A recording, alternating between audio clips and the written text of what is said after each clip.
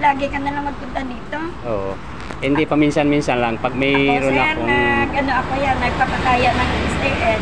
Okay lang yan. Yan kasi legal. Ng police station. Oh, tingnan mo, police station yung pinagpapatayan mo, pero yan kasi ay isang legal na.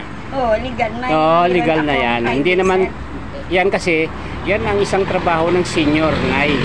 Tandaan natin. Tawagin mo lang ako kay Aping, sir, kasi kilala ako sa lakaron dyan. Oo. Aping, tapos doon sa sitio Kamises. So gusto mo, pag magpunta ka doon, i-meet mo si vlogger. Opo, sir. Oh, thank you very much. Thank you very much. Ano lang ako, akin mga pamilya. Amonset at saka lakaron. O sige, saka na lang tayo magpakilala ng bawat isa sa atin kapag nandun ka na sa amin. So hindi na bale, at least nandito ka lang yata naggagala dito sa nagpapataya dito sa headquarters. Minsan makita mo ako rito. So thank you very much. Thank you very much. Talaga Sige, naman. sir, hindi kita makalimutan. Thank you very much sa pag-appreciate. Pag magpunta ako sa lakaron. Sige. Oh, thank you very much sa pag-appreciate mo sa ginagawa ko. Kasi alam mo, ang isa, kaya lang ito sabihin ko sa iyo, totoo.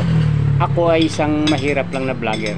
Pero ang sabi ko, kapag sino yung taong umintindi sa akin sa sitwasyon ko, once umangat ako or may mag-sponsor sa akin, ay babalikan ko kayo.